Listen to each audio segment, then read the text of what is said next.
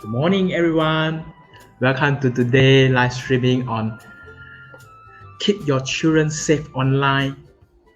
So before we starting, let's get ready up first. Morning, Tris. So before we we starting today live streaming. So let's help us share it out. Share with your friends. Share with your family's members. Getting them joining together. Listen to today's sharing. And then as well, prepare yourself, putting a glass of water, as well as you can watch it during your breakfast as well.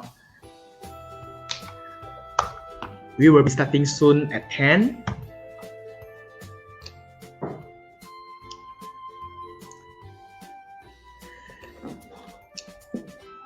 Yeah, I'm seeing more and more participants starting to join in as well.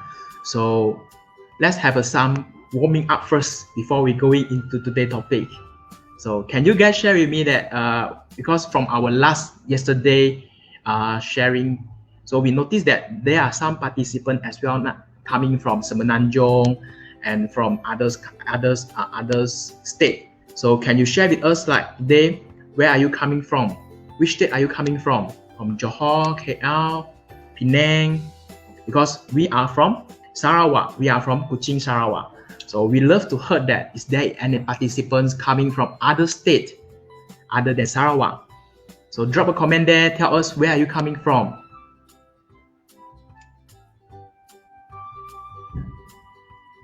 KL. Good morning, Sinchan. Morning, Tris. Tris from Kuching. Great. Nice to meet you too, Sinchan. You are coming from KL. Any other participants? Yeah, come. Tell us where are you coming from.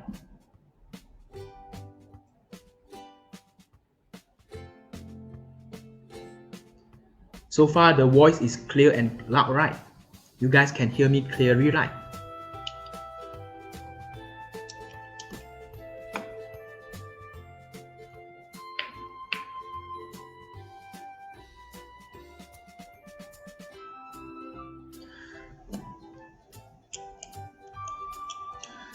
So I got a questions to the floor. Can I ask that? How do you think this topic is important? In your opinion, do you think that this topic, keep your children safe online, is very important? Drop us tell me your answers. Like you put a range for it. Like 1 is not important, 5 is very important. Tell me, what is your opinions about this topic? How is it important? Share with me your opinions.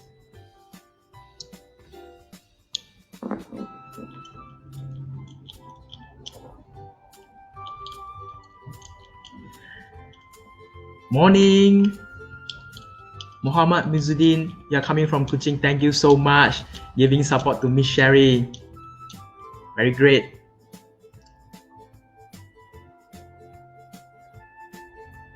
Tris say 5. Yes, this topic is very important. Great. Yeah, for others, tell us too. Don't be shy.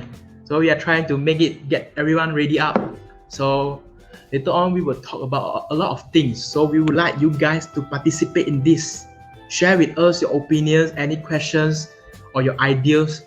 Just put into the comment there, and we will get to look into it afterwards.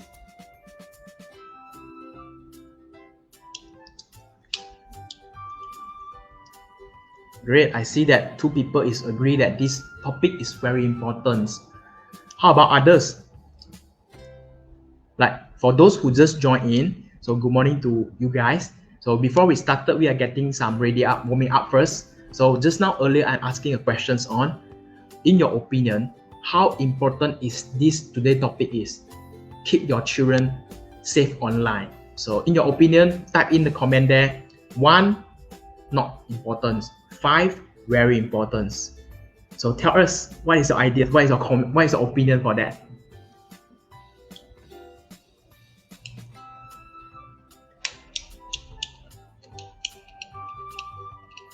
All right, we will start in 1 more minute.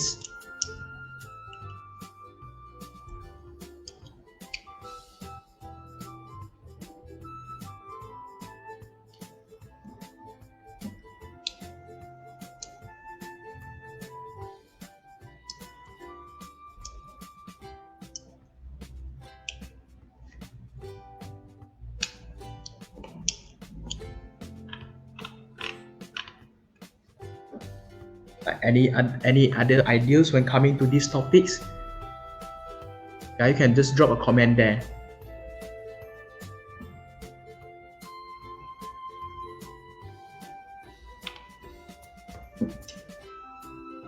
Alright, so we are going to starting soon today's topics. So thanks you guys for getting participate on the earlier quick interactions. So I'm asking a few questions. So very thank you for those who participate in it. So today we are going to start our live sharing on keep your children safe online. So when we come into this topic, we think that this is a very important topic because right now, children can't get away from internet. We are using online to help our things. So the same go to children as well.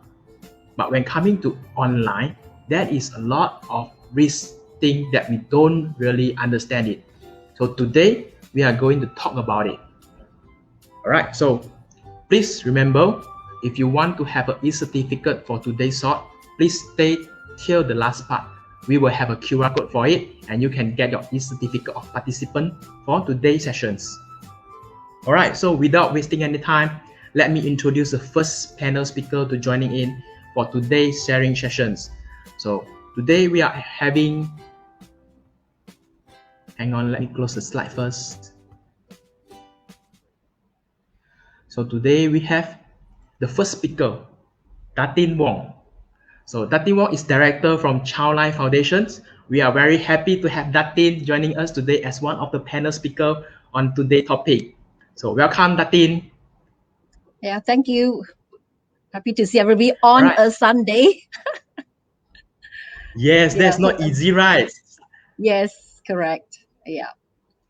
Yeah, so we really appreciate that those who wake up, stand by at the phone there, watching for today, sharing. You know that Sunday is a time for families, but we do appreciate you for joining us today, this morning. So Datin, can you introduce about little bit about your background and then your organizations to the audience? Yeah. Okay. Yeah. I am. Well, I've been in working with children for the last probably 25 years, but I started off as a lawyer for 10 years, and then I went into being a childcare person. I was running a childcare center for about another 10 years, 12 years.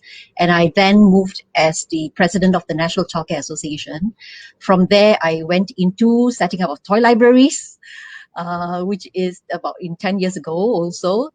And so we have about 40 plus toy libraries around the country, basically in the Orang Asli villages. Then I decided to come back to Childline Foundation, and we are now doing work. Basically, primarily, our main vision is to actually encourage, enable, and empower children to have a voice. So children under 18, and most of the time, even if they are 40% of the population, most of the time when people like us, when we plan things, when the government plans policies for children, they don't include the voice of children. Everything is decided for children, and then they have no say in it. So that's one of the things is we are encouraging. We work so we do three main things. One is we look at child protection, of course, and we are focusing on child online protection because this is the new playground for the children. It is no longer the outdoor playground they are going on. This is their virtual playgrounds. And then there's a lot of dangers, just like on the physical side. We look at child protection, and then and of course we do also offline child protection. Then the other part that we do very well is participation of children, having their voices heard. We work very closely with the PJ Child Council. Do you know that there is a child council, the first of its kind in the country, that's partnered with a local council, MPPJ, and we are supporting young adolescents and young people in making their voices heard. We work very closely with UNICEF as well on a number of projects. And the other area that we focus on is having child-friendly cities.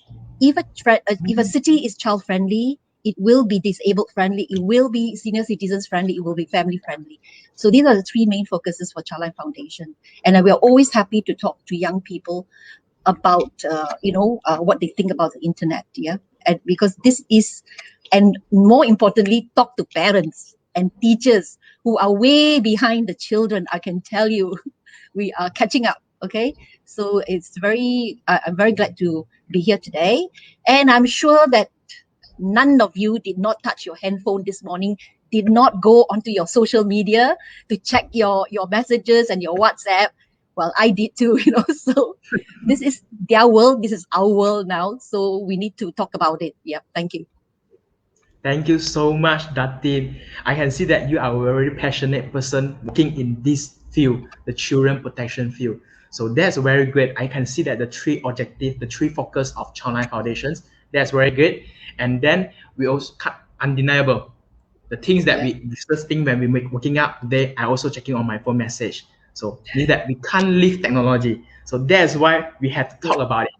All right, thank you so much introduction from Datin Wong. So next, us introduce the second speaker today. So today we have a second speaker from Monster Among Us, MAU, Dal. Let's us welcome Dal. Hi, good morning, Dal. Morning, hello. Hope everyone's fine. Yes. Morning, Dal. Dal, can you introduce a little bit about yourself and then your organization that you're representing, MAU? Let me share a slide for you. Okay, sure. So while seems getting that up, hello, my name's Del. My real name's Adila, but I go by Del because it's just a little bit shorter, cut the hassle. My name's Del. I'm the public relations officer for Monsters Among Us. So who's Monsters Among Us? Yep. Next slide, Tim. So Monsters Among Us is exactly what that play card is saying. We are a youth-led organization that is aiming to combat child sexual abuse. And we've been doing so, we've been in the fight since 2017. And our main pillars are, as those three little icons are showing. Number one, advocacy. Number two, education. And number three, empowerment. So advocacy, we constantly encourage not only youth, but children also to talk about these issues, to champion their own issues. And when it comes to education, we have events. And when it comes to our social media, we want to make sure that these issues are broken down so that it's easy to understand, so that it's digestible as well for anyone from all levels of society. And when it comes to empowerment, it's not just youth, it's children as well, which is why we also have children advocates and not just youth advocates. And at the same time, we do have segments on our social media, for instance, to platform what they think on their issues, because these are their issues and they are and should be the champions of their own issues. So this is just a little brief example, not a brief overview of what MAO is. And I'm really happy to be here with Datin Wong and so Miss Sherry after this. Yeah. Thank you so much, Dale. Wow, we are very happy to have a youth power today joining us today, share their thoughts, because they are the future. So we are great to have the voice from them. And then we can see that they are the youth that working on in this topic and will be a very strong opinion afterwards when after they're working for a few years on this topic. Because we can't stand alone in just one of the workforce. Like for example, for Datins, those who very experienced pioneer one, they are working along. But we also need a youth power to continue to join in, because the future is being led by them. So we are very happy to have them today to share about. All right, so next we are having Miss Sherry from MCMC Sarawak. So let's us welcome Miss Sherry. Hello. Hi, Miss Sherry. Hello, hi everyone. First and foremost, thank you so much for inviting MCMC Sarawak to be a part of this. I see a very beneficial session for parents and adults and children alike. So a little bit about us, MCMC.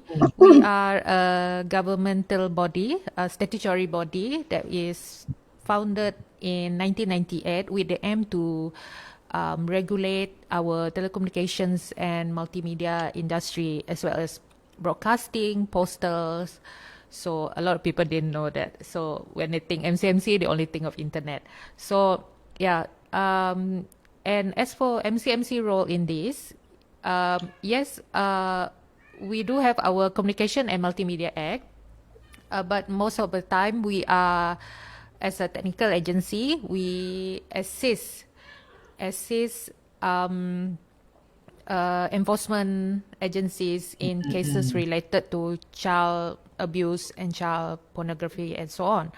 Okay, we also have our advocacy programs such as Klik Dengan Bijak that I will touch on later on when we go further into the forum. So I think that's all for the brief introduction, Mr. Sim. So yeah, I'm really excited for today's session. Yes.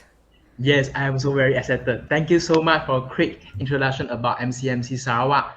Like, when coming to this topic, we have to know that for us NGOs or just us, we can't stand alone. We need to work along with the government. We have to both working on this topic to ensure we can protect fully for the childrens, right? So without wasting any time, let me brief you guys first about today the flow, so you will have a clearer picture on later on which speaker will be talking on which part and which topic that we are going to be covering today.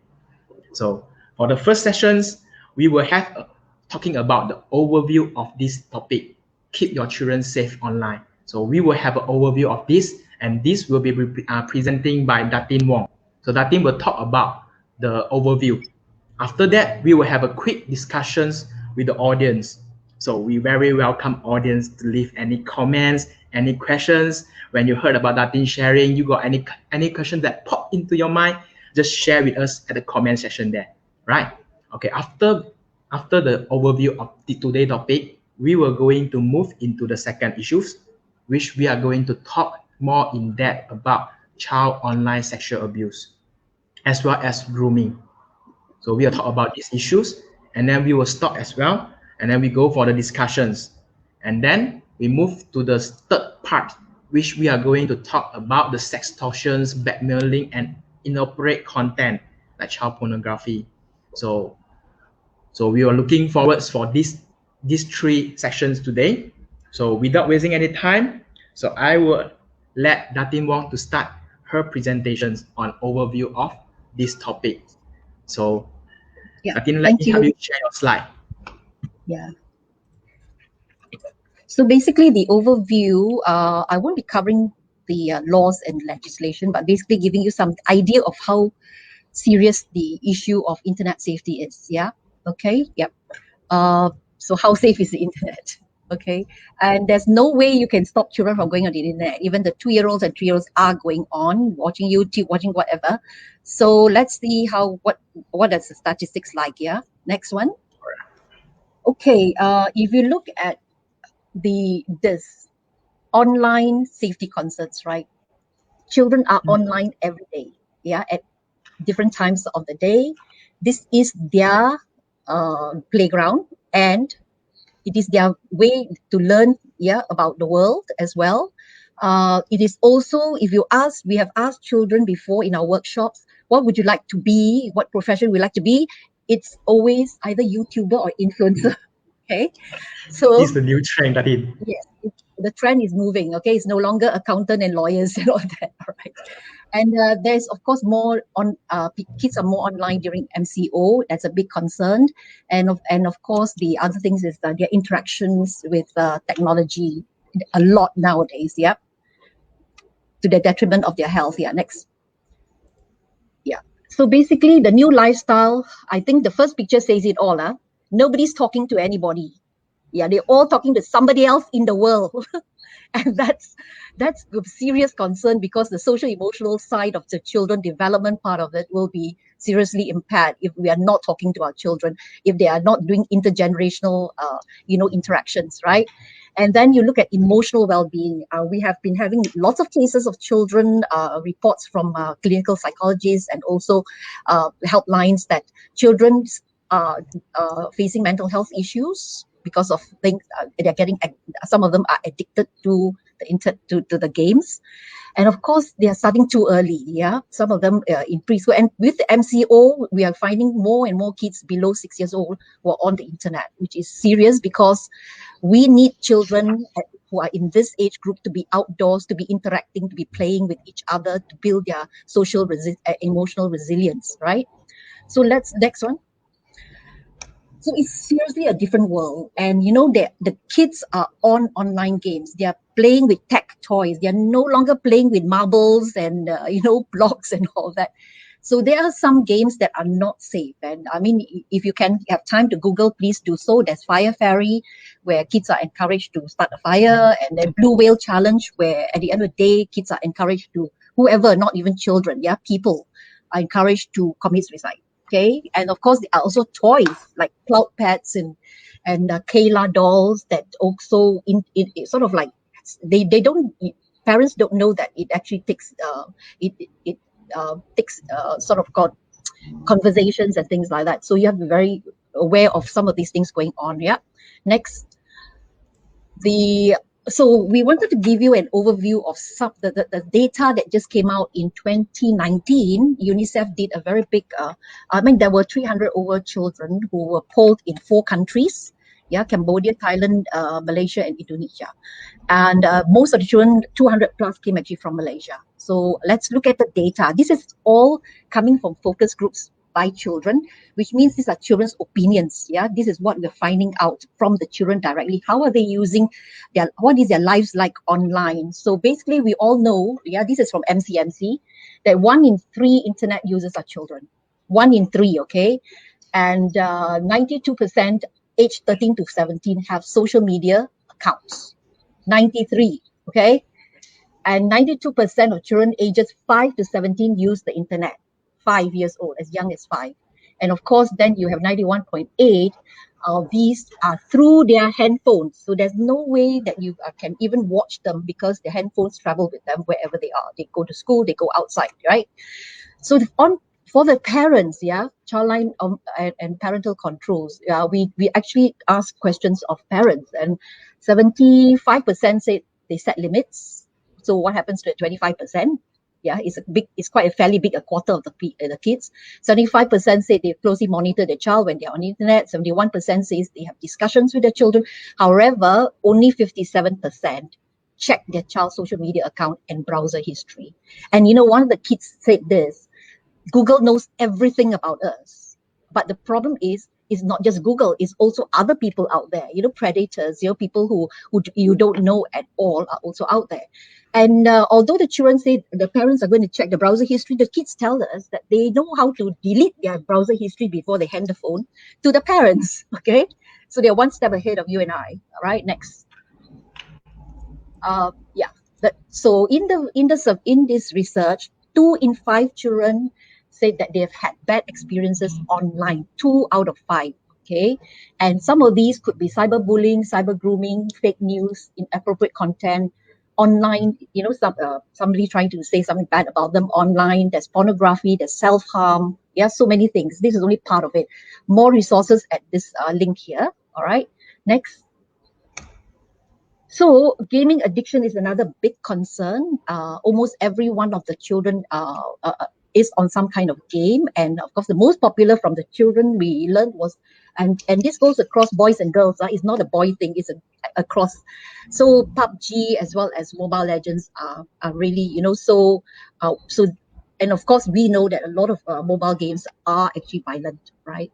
So what happens is, give you an example. We've had 2 or 3 cases over the last 1 month where children as young as 8. There was an 8-year-old girl whose parents found sexual images from 3 men on her WhatsApp. Okay, and another one who was a 10-year-old boy whose parents found him surfing porn. Okay, so this is not something that doesn't happen in Malaysia. So we are actually trying to collate the cases that are coming up, that didn't go to the police, didn't go to but being handled by NGOs, because it is serious. Because Said Azmi, as some of you will know him, is a social activist. He tells me he's getting 3 to 5 calls a day from parents about something that's happening on the internet. The kids are watching porn. The kids there were cases also where children are sexually abusing their siblings or their other children because they saw something on the internet. All right. So this is how serious it is. Next, please. So the findings from this ePro Our Lives Online report basically said that most teenagers do have multiple accounts, not just one, multiple accounts, right? And they create their own, they have one for the parents, they have one that's for their friends and things like that. So 2 in 5 already had say that they have bad experiences. And what is important is the children are meeting someone offline they had first met online. That's about 50+% actually who are meeting. And both boys and girls have reported receiving sexual messages, images or videos from strangers on social media. Yeah, so it's not because it just pops up when they're playing a game. And this girl who was 8 years old, Chinese girl, they're from a B40 community. Basically, she was playing a game, and that's how the predators came on and got to know her. And luckily, it didn't go further than that because the parents found out. Yeah, okay. Because one of the things that is real danger is where kids are groomed and then they are asked to take pictures of themselves. Right. Next. Yeah.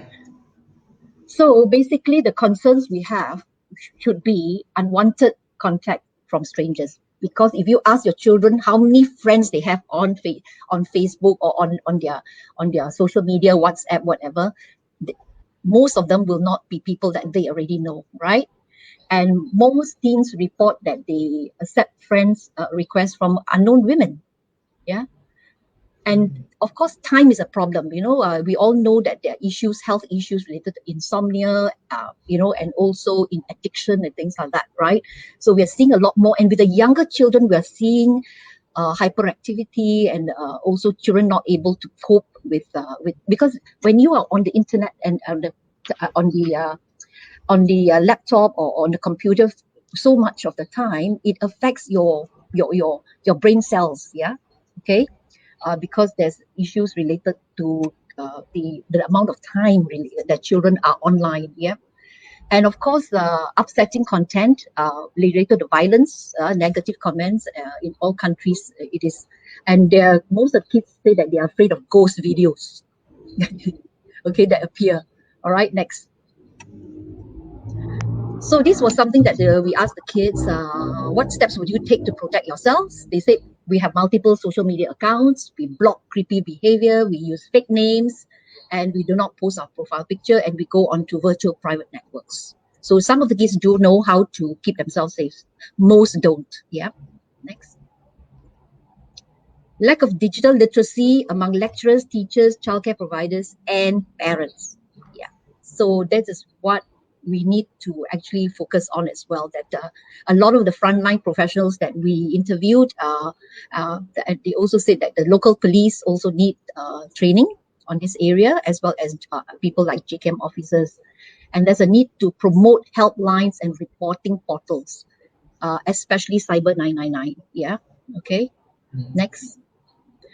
Okay, so there were some recommendations. So overall, basically, number one was digital parenting, improve support for parents for digital parenting, and parenting in the digital age is very different from the parenting that I used to do, right?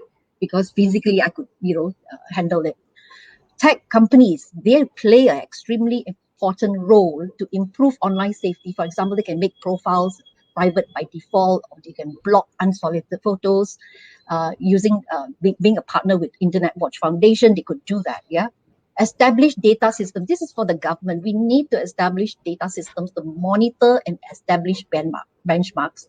We need to ensure strategies are not just to tackle online child protection, but it must be part of your national violence against children, prevention of violence against children framework.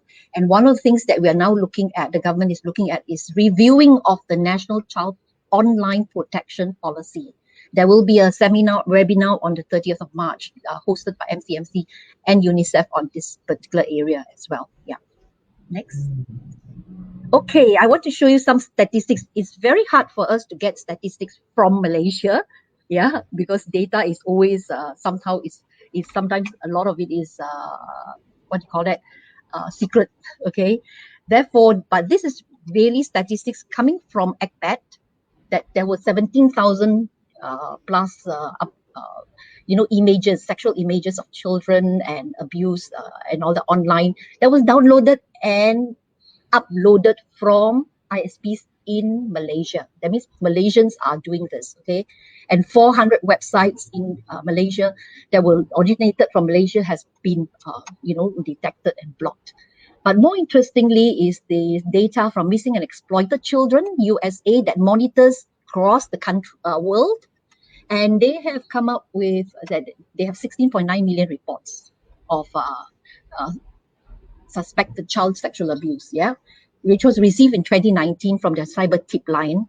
And Malaysia has 183,407, yeah, cases that they have detected, okay? And that's, if you compare the size of Malaysia, some of the countries, is quite worrying. Yeah, we are actually number 19 on this list, yeah, in the world so there is a serious need to look at, how safe is the internet, yeah, and what kind of images are coming out from Malaysia itself, and what the ISPs doing about it, yeah. Next. This is the Internet Watch Foundation. Okay, we are in partnership with them, and what has happened is there are helplines now, 47 hotlines and reporting portals for people to report. Malaysia has its own portal. We'll give it to you afterwards, yeah, and show you the link afterwards, yeah. So there are efforts being done to take this down. Next one. Okay, so this Internet Watch Foundation is a very big, has a very large, works with a group of very well-known NGOs, international NGOs, to try to tackle this problem. And they also work with companies like Google and Facebook and all that. So it's basically keeping internet safer. Yeah, it needs partnerships. Next. Okay, this is something that came out from Internet Watch Foundation when we launched the portal in Malaysia last year. If you look at the data, the estimated age of the victims, the highest number, yeah, which is 48% of images that are on the internet that's related to child sexual abuse is 11 to 13 years old. So you ask yourself, why? That's the age when their bodies are changing, they're curious about themselves. And also that's also an age where they're not emotionally ready, or they so basically if you look at, if they're beyond 15, 16, 17, it has drastically gone down, yeah, the numbers. So that's the age group you should focus on, the pre-teens to the early teens, before they are 15 years old, right? And what is worrying is 1%, yeah, of the images are about infants, babies, 0 to 2 years old. So there is sexual abuse of babies that are shown on the internet. Okay, so that's a serious thing which we want to also look at. Yeah, next. The severity of the abuse. So what happens is IWF, when they see any images, they will categorize it in category A, B, or C. So A is the worst of the lot, sexual activity between adults and children. That includes rape, sexual torture, right? Category B is there's no penetration, right? Yeah. And C is the one that's most common, yeah, which is indecent images. Like I said, the kids getting pictures of, genitals and all that, things like that. So this is the part that is very rampant, yeah. So the cases are all classified, yeah. So we know which case are important, yeah. Next. So this is the latest one, June 2020 to February. Although we started the portal in June, and we have not really publicized it, but if you look at it, we have over about 68 cases already. All right, and a lot of them is child sexual CSAI is child sexual abuse images, yeah, that were detected, yeah, from here. Even one image is bad enough because that image can be shared, yeah, over and over again. Okay, that's why we are concerned about it. And children are taking pictures of themselves, in different positions and things like that, and that's a concern if they share it, yeah, unknowingly they share it, yeah, so-called to a friend or something like that, yeah. Next. Right. So self-generated imagery is increasing across the world.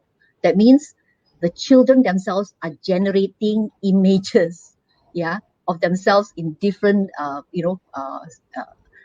positions and without, sometimes it's groomed, yeah, but now it's being done by children themselves. That means nobody is taking pictures of them, but they are doing it themselves. So 29% of the web pages that IWF actioned were this type. That means that's really a big concern, right? Next. Right. Okay. So, I think that's what you want me to stop there, right? yeah. So I'm sorry I had to give you all these statistics because nobody seems to think it's an important problem or a difficult issue. It's we're not paying enough attention to online safety, actually.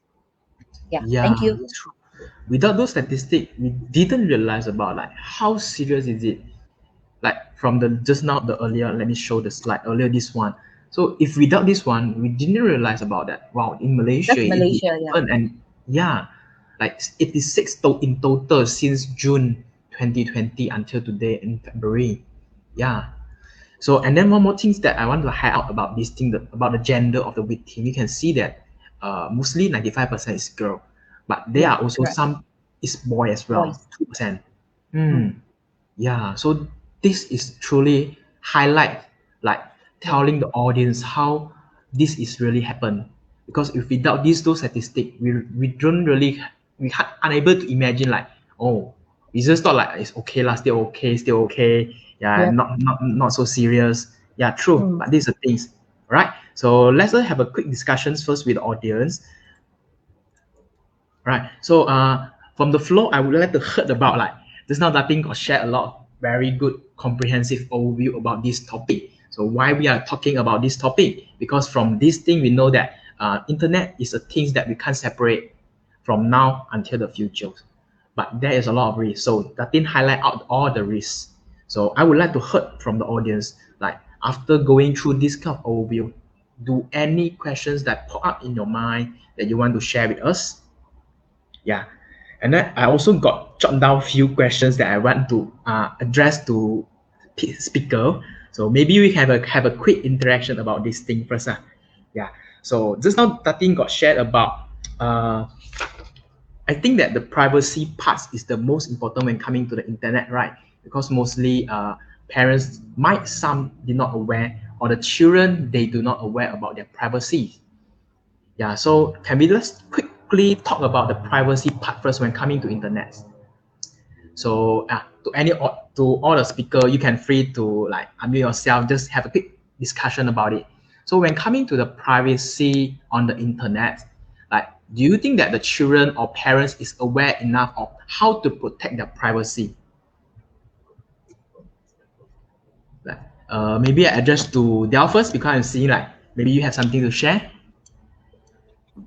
Hello, yeah. Actually, about that privacy part, when it comes to sometimes there are certain parents, there's this phenomenon called sharenting, where they share a lot of things about their child before the child is even born. They share the picture, oh, this is the child's ultrasound. So these are already things that they're sharing with everyone already. So sometimes when the child is so used to, oh, my picture's always shown, my picture at the school is always shown, they know exactly where I'm schooling at. So sometimes when they grow up, they're like, oh, they might be confused on which information can actually be shown and what cannot be shown, because my parents have been sharing my entire life story online. And we look at some celebrities as well, they share everything about their child online. So sometimes that comes to privacy, like the child themselves are confused, they're good.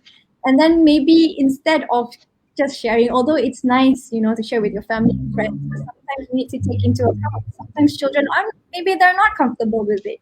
Maybe instead of just sharing whatever they want, maybe they could even ask the child, is it okay if, can mommy share this with mommy's friends? If they're fine with it, then you've actually got them involved in making that decision, that they themselves like, okay, mommy, you can share it, stuff like that. But yeah, that's one thing as well. So maybe there are some things that may look really nice to be shared with your friends and family, but at the same time, it kind of, puts the children in a position where they are confused and they don't have the say to what their own stuff about. So yeah, that's what I think. True.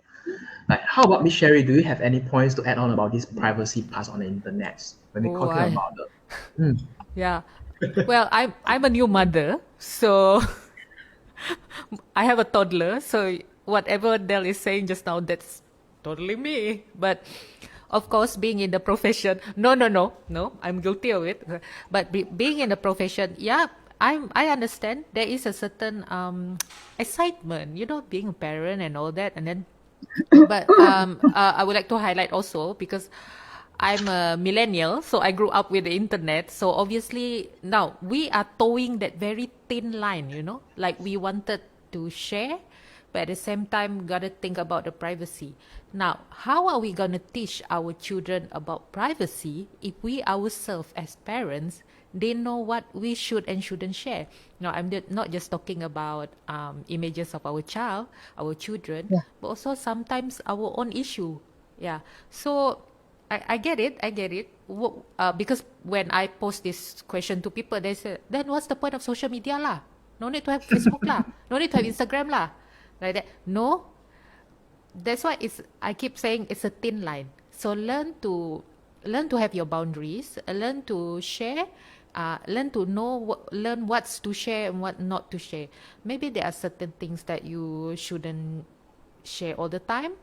Yeah, I get it. I'm still counting the month of my baby. She's coming to 23 months now. So I still upload that monthly and anniversary.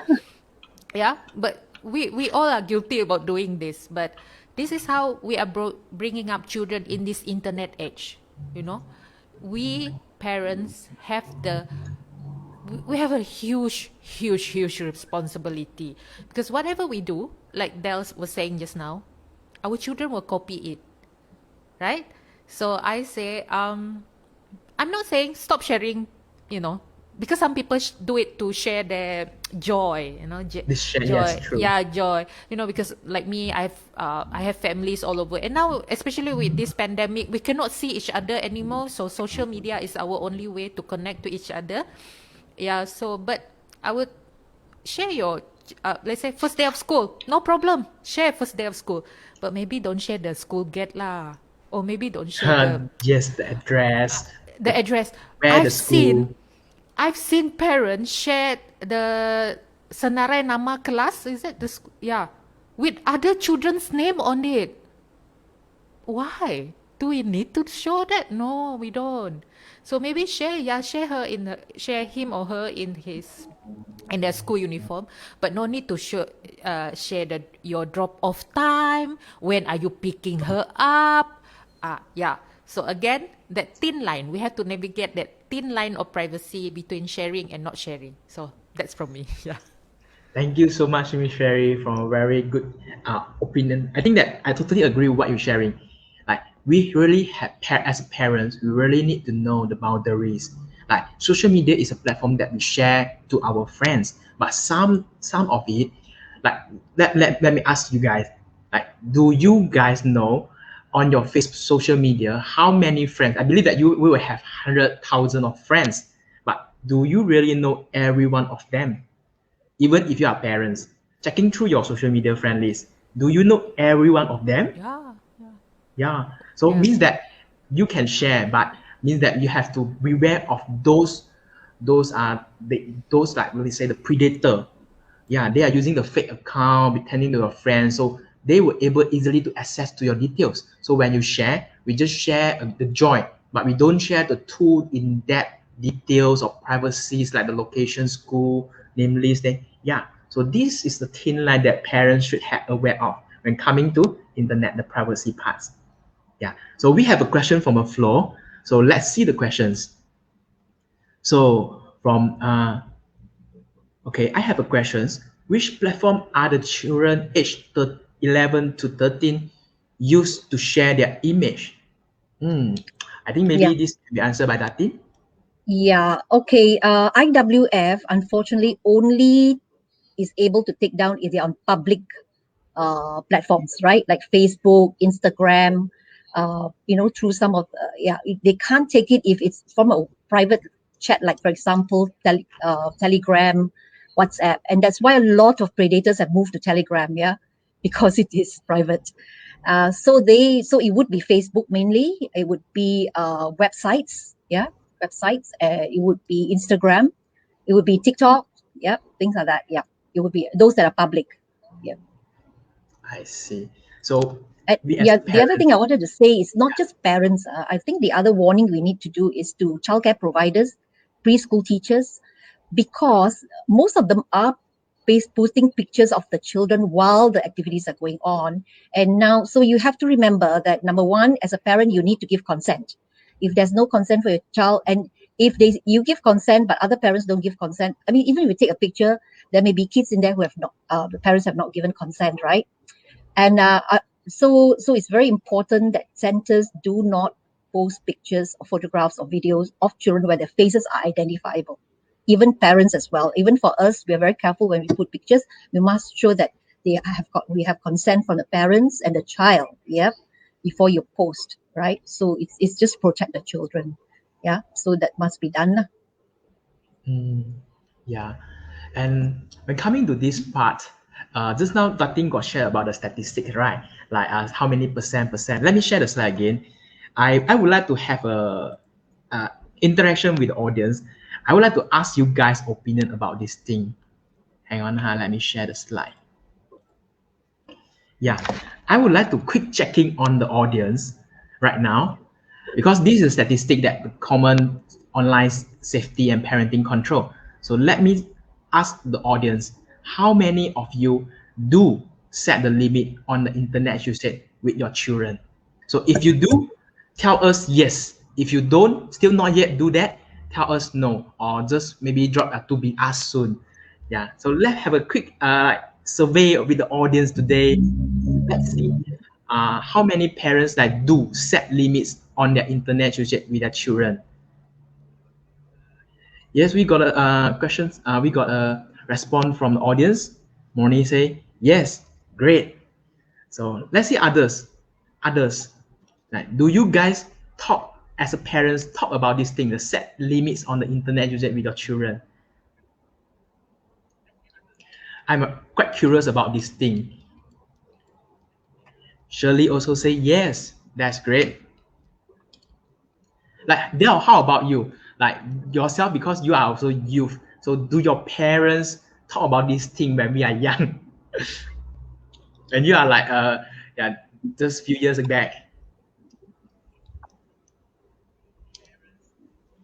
So honestly, I don't really have to look 3 years back because I have a little brother. So I'm observing what my parents does and how they, how they seem. So they do, especially my mom does actually, look into what he does, and then she really makes sure that, because sometimes my brother goes online and they talk with their friends online because they play Roblox, as what Dati Wong mentioned before, this platform called Roblox. So my mom isn't eavesdropper, she will listen. Then she will make sure that, okay, who is this? And if the person is someone that she's not familiar with, maybe it's a new child, for instance, she will ask, Kaka, who is he talking to? So that's how she monitors. But at the same time, somehow, she would let him do his stuff. At the same time, she would ask also. So this is what he does, from the back. Great sharing. So this is an example that the audience, as a parents, they can look into it. And then I got a second question that I'm very curious about. How many parents right now, or how many audience, or as a parents, they do check on their child social media account and their browser history? If you do, you can also type yes. If you don't, you just type no or to be soon. Share with us about this thing. Wow, we got a lot of comment coming in right now. Great. Oh, from Shirley, you see, we can see that, frankly, I learned this from my adult children about the danger of internet sharing. So we can see a two-way of communication, not just parent educating the children, but the children, if they have this kind of knowledge, they do share with their parents. Because we know that some parents, they are not really get into this internet or digital things. Yeah, but so we are seeing a good example of a two ways the children will share to their mothers about this thing. Great. Yeah, so a quick survey, we can see that, well, mostly the comment is quite positive. All people are saying yes, they do comment, they do share, they do talk about this thing. This is a good trend that we are looking forward for that. We hope that you guys got it right. Yeah. Yes, this is actually the parents who are very empowered already. We should be talking to parents who are not. For example, when we did this survey, this ePro survey, one of the things that came up from children themselves is that the strictest parents create the sneakiest kids. So the stricter you are, and say no without explaining why, the kids will find some way to go behind you, So you need to start the conversation with your children, all right? and they what the kids are telling us as well. Why don't you all ask us? If you are not sure about the internet, ask us. We will tell you what we're doing on the internet, and then we will tell you what you let us know whether it's right or wrong. So the communication, open communication, is extremely important. Yeah. True. The strictest parents. What again? Create- Tatin? The strictest parents create the sneakiest kids. Wow. Okay, that came out from the children. Okay, that this is the children's words, and many of them agree. 9 out of 10 will say yes, that's true.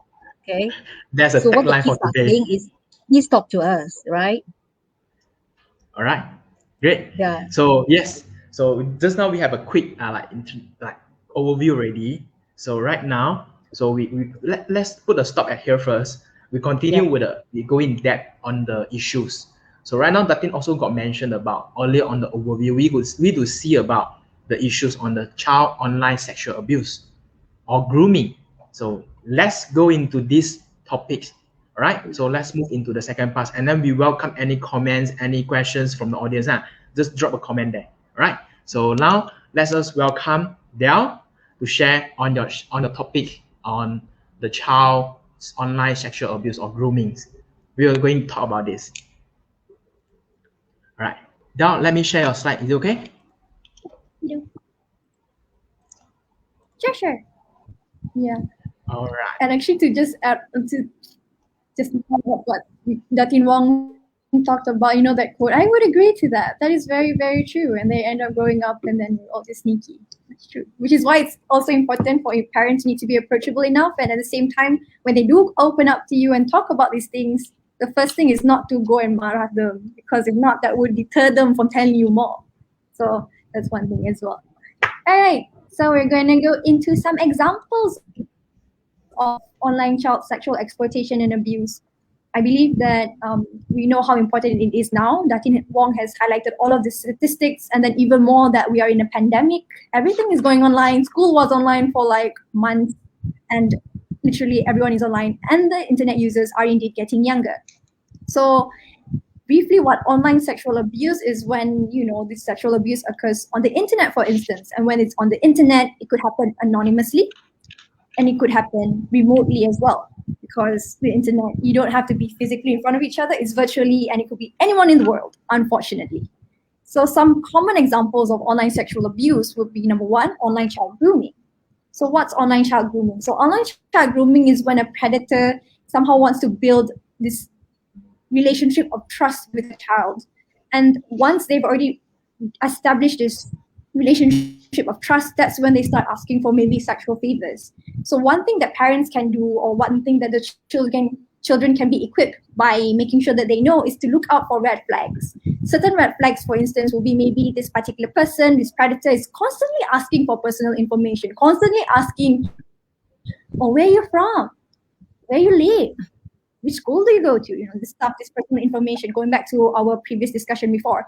And another thing is when this particular predator is trying so hard for some reason to isolate the child.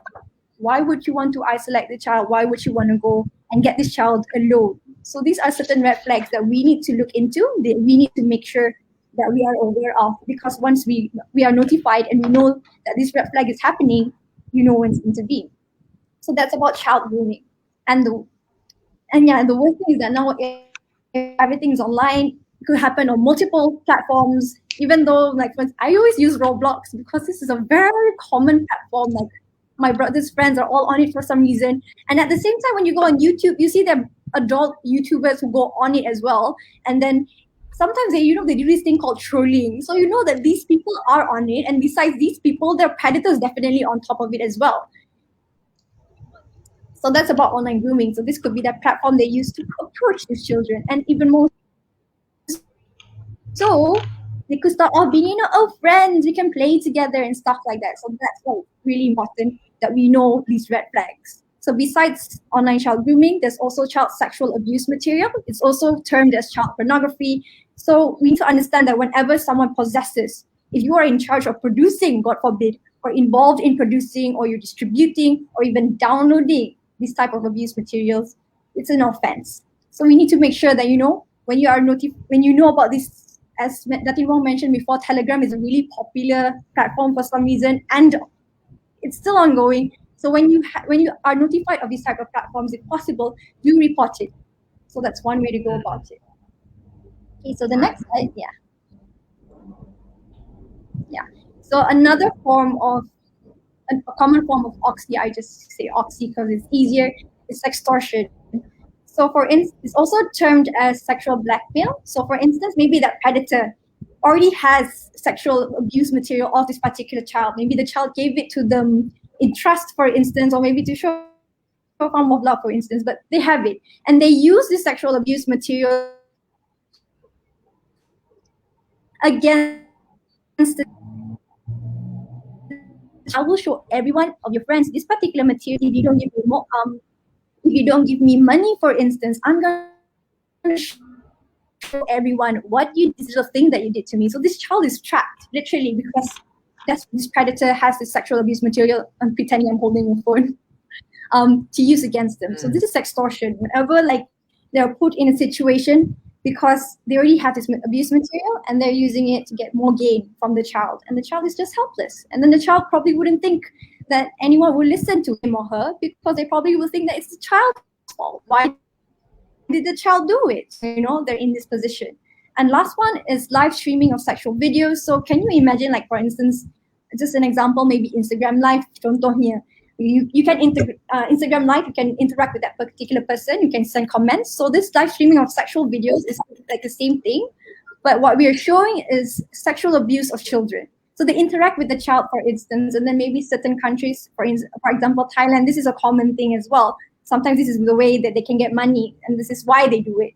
But this is a contoh of some online child sexual exploitation and abuse that happens. So therefore, together, one was the child grooming, number two was the child sexual abuse material, and then we have the sextortion, and also the live streaming of sexual videos. And then we'll be getting more into depth, I believe, in these issues when we discuss, because I think that's when we have, you know, questions about it, then we can really like go further into it. So yeah. So hang on. Yeah. So for Del, I got a question just now. We got mentioned about the. Let me show the slide. This one. So look out for the right flag or sign. So can I address to, because I believe that all of the speaker right at the moment, you guys have some experience on this, like, you know, you have some cases or handle cases of like online child grooming things. So can I ask your guys to share one example or one case, one example of case lah, so that let the audience know better, like what is the red flag, or normally what's the predator are going to do, how they're going to groom the children. Maybe you can start with Datin first, and Datin share like actually yeah, there's a very good video. If you Google DG Cyber Safe, which is also part of cybersecurity, there's a very good video that explains cyber grooming, cyber bullying, and cyber stalking. All right. So, but basically, like I said, it's a matter of parents knowing what they are first, and then looking out for the signs. And most of the time, the kids will not tell you, so they'll hide. You know, they'll so you have to watch out for behavior that's not like their normal self. Yeah, some may be quiet, very quiet. They may, you know, be going into depression. You know, because it's very hard for them to talk about these issues, and they're not sure what to do about it. So if you listen to some of the cases we've got, especially through Site Azmi, is you know, the parents are the ones who are traumatized, not just the child. Yeah, so it's very important for parents to learn to find out the signs, you know, and you know your child, so you know when they are not behaving their normal self, right? So you need to be and not be just fully all the time. The danger now is parents are working full time, and I think I'm used to, you know, when it was not MCO, but that's when you don't really see the signs, right? But now that they're at home, perhaps by then now parents will be able to see if their children are facing any problems or not, right? So you really need to know your child first, yeah? All right. That's a great sharing from Datin, that we as a parents, that we know our children. So if there are some things a bit different in terms of their behavior from the normal what we observe, then we have to take some actions, go to talk to them, understand them, what is happening. Yeah. All right. How about Miss Sherry? Do you have anything to share on about this, like the red flag or sign, some examples that you have encountered before? Oh yeah, it's more or less the same like what Datin was sharing just now, because yeah, usually the child will, yeah, they will start to, at first when they think they can, they can handle it on their own, they're fine, and then they suddenly uh, goes to a point then they know that, oh, I'm way over my head already. So that is the time they start changing their behavior. They become quieter. Yeah. Yeah, this kind of thing. And I'm not at liberty to share details, but it's most of the time it's this kind of threats lah that makes the parents that come forward to law enforcement. Sometimes there are a few cases that I encounter, but they are not strictly online grooming, but by an older person of authority nearby them. Yeah. So at first the children said, you know what, I can deal with this, but then when they know they cannot, it's becoming overwhelming. That is time they start become depressed. They don't talk. They keep to themselves. So like what Datin is suggesting, whenever your child is displaying this unusual behavior, if he or she is usually a very happy, cheerful child, talks a lot, and then suddenly become quieter, watch out for these red flags. They're bound to be something happen. Maybe it's not grooming. It might be bullying. Yeah, because children nowadays are very attached to their online persona, to their online reputation. They are very attached to it. I mean, not only children. I mean, we adults as well. So yeah, watch out for this kind of red flags. Yeah. All right. For me. Yeah. That's true. Yeah, and I just one question that came into my mind. I'm not sure that do the audience do have this kind of feeling. Like I'm just wondering, like normally how those predator they are aiming for the children, how they groom it. Because just now I heard Del share like because before they are groomed, they will build trust with the children first. Then after that, they starting asking some things that are not relevant, starting go over the boundaries. So like, just one question is like, how predator trick our children? Like because earlier just now what we say about the red flag, the sign, that would be the afterwards already. Seems at the last part like after this thing happens, like already groomed, so the children have already been scared, so they have emotion, they don't talk. Yeah, but let's move earlier a little bit on how the predator trick our children. So maybe the parents can focus on that, start to have an early indicator, and then they can act earlier. So I'm just questioning like how predators trick our children. Maybe I can pass this to Del. You can talk more about that. I understand. So I think besides, when they build a trust with the child, pretending to be their friends, sometimes at the same time, if they have connections or able to connect with their parents, for instance, or family, they somehow groom their family as well by building trust with the family, by making sure that, they look like someone who is dependable, who's trustworthy, or especially when they're able to give the child something. Maybe they give the child, it's a badminton coach, for instance lah, contohnya online juga.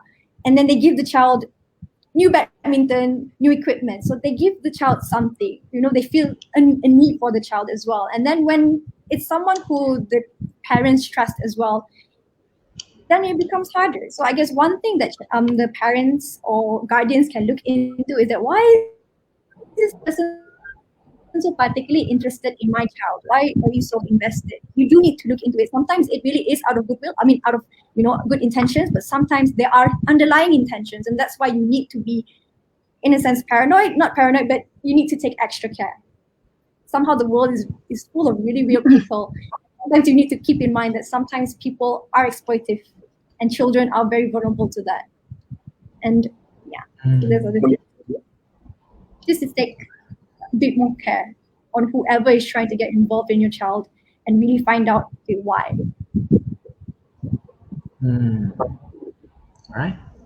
Yeah, that's true. We have to parents have to be alert. Those they are trying to, yeah, not like maybe they have a good intention. They really care about our childrens, but at some point that we have to ask a bit ourselves why be aware, right? Can I just Mm, add?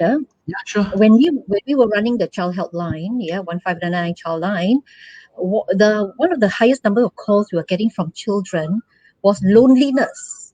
Children were feeling lonely, and you ask yourself, why are they lonely when they have friends, they have family, they have everyone? Why are they calling up a stranger to tell that they are lonely? And this can be as young as 5.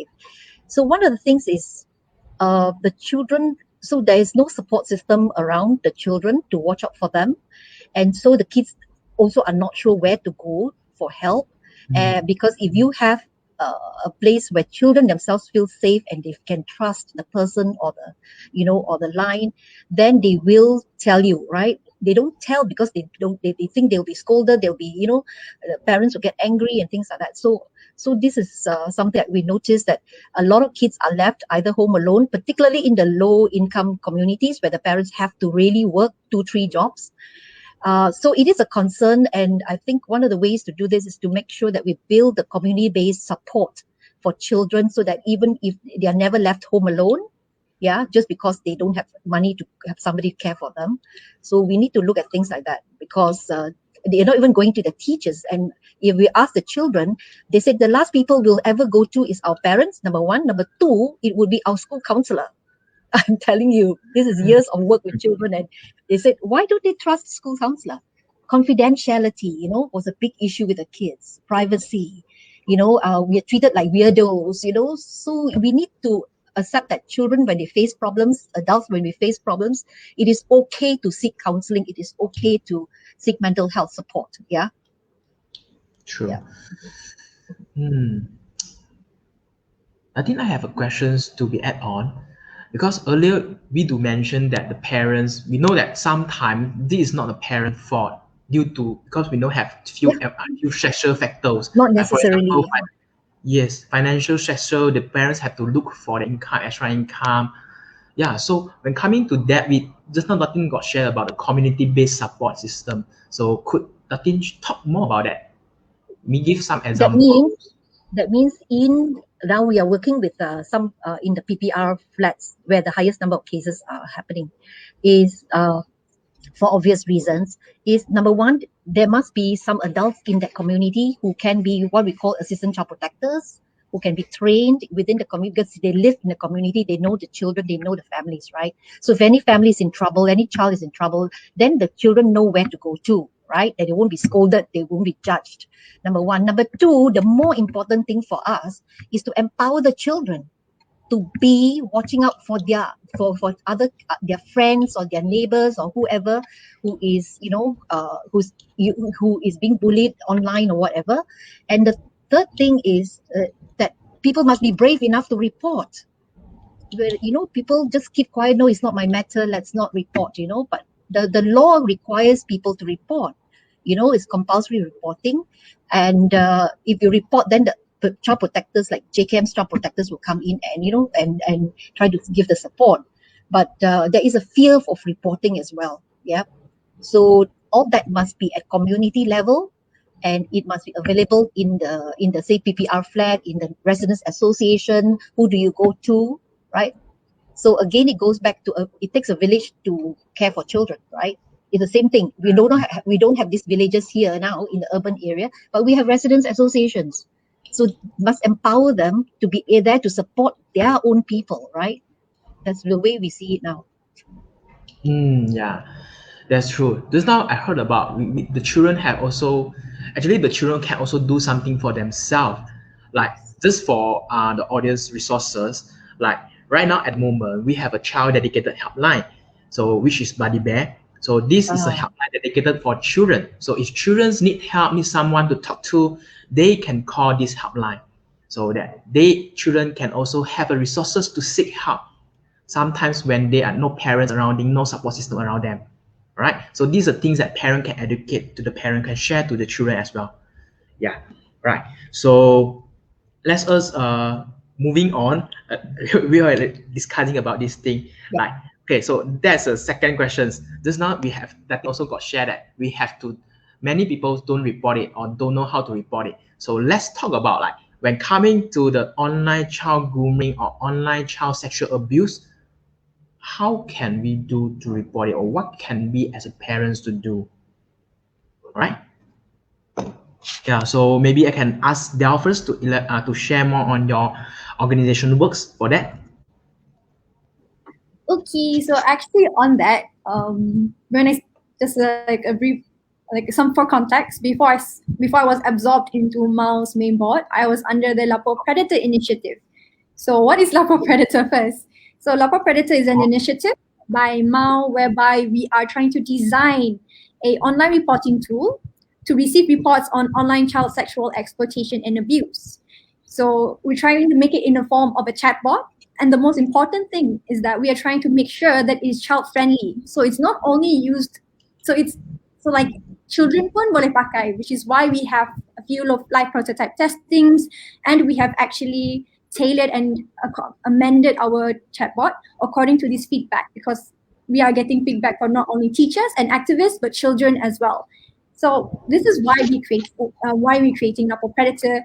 You've seen from Datin Wong's session, you have seen how important it is for internet safety, especially considering the amount of children who are online and how easy it is for predators to approach them, especially since they are getting smarter. Things are getting more sophisticated, the way they go about it. You can see through their online grooming, for instance, how they try and build trust with the child, how they try to not only take the child in, but also the parents, to make parents trust them as well.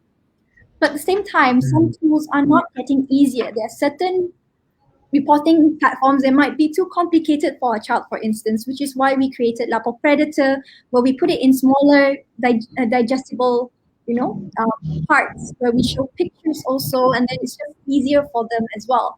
So maybe we could go to the next part as well to explain just how it goes on Lapor Predator.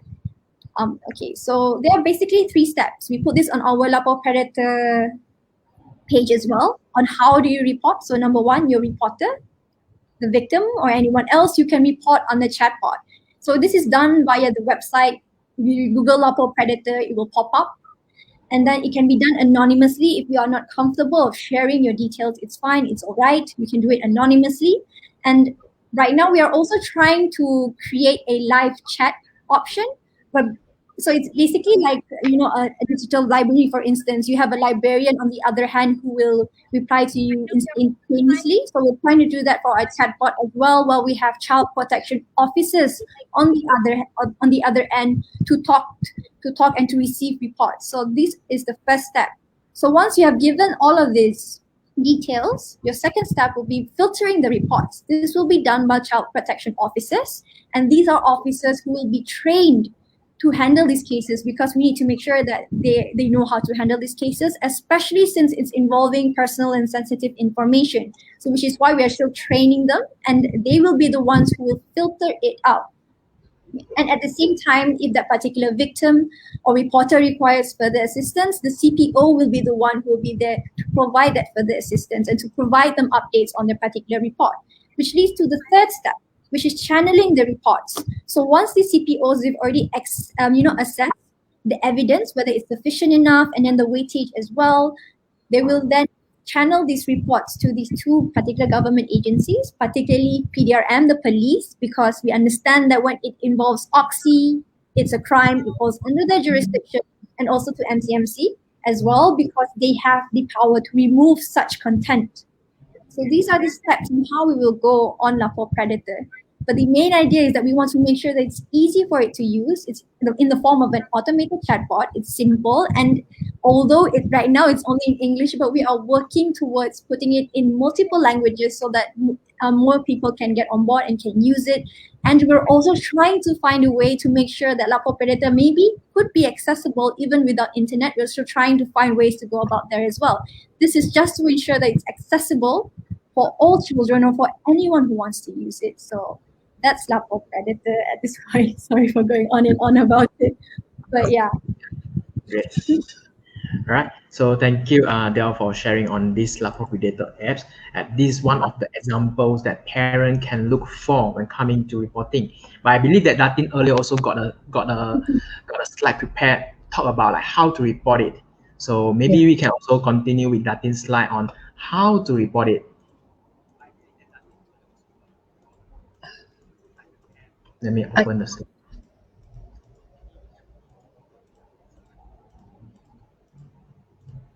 Yeah, could you put on the link? This is the Malaysian portal, so you can just log onto this portal. The hashtag, the portal is there. But can you just put on the link, the video link? This is what Okay, the sure. Internet Watch Foundation does when you report to them from Malaysia, yeah, of any sexual images that you see. Yeah, it's a very simple process, and it can be taken down within the 24 hours. Yeah. Okay, so let me go with the video.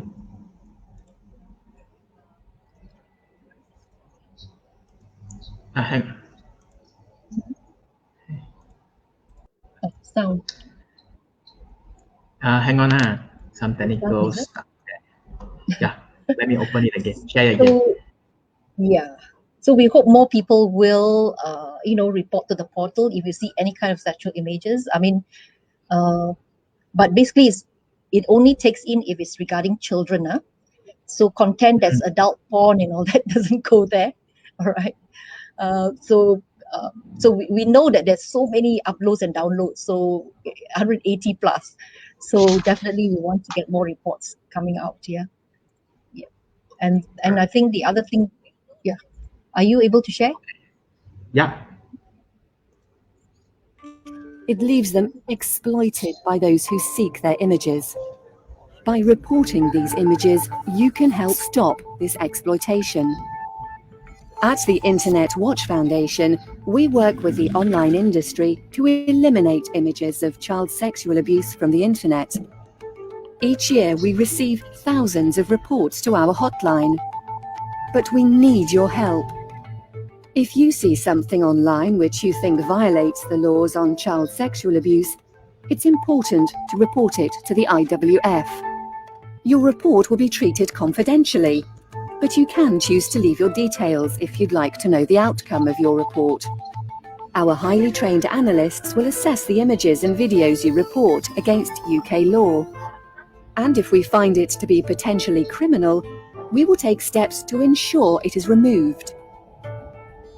For UK-based web pages, the Internet Watch Foundation works with the police to confirm we can take action.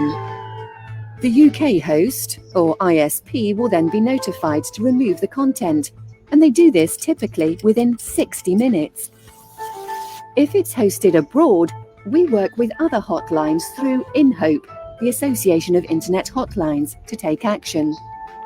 If it's hosted in a country with no InHope hotline, the IWF works directly with international partners. While the content is awaiting removal, the web page address is added onto the IWF URL list. This is voluntarily used by the online industry to ensure their users can't accidentally see it. Sometimes our analysts see the sexual abuse of a child they don't recognize. When this happens, we take further action to find the source of the image. We then notify the relevant police body. Our efforts result in success stories of children rescued from their abusers. With the collaboration of the IWF, the wider internet industry and police, the UK is now a hostile place to host child sexual abuse content. It's our vision to achieve this worldwide and eliminate online child sexual abuse content for good. The continuing support of the online industry, government, police, other partners, and of course the public makes this an ever-achievable goal. Together, we can make a difference.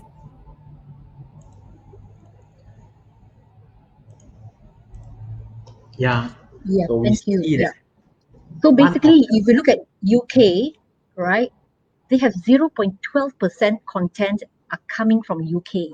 99% that they track are coming from everywhere else in the world. Okay, so they have a very, very strict in UK. All right, so we have seen two examples of ways that parents can do, but we would like to hear more. So can I ask Ms. Sherry, in terms from MCMC or from the government, is there any actions or any platform that we can use? Because we heard about the Cyber 999 earlier.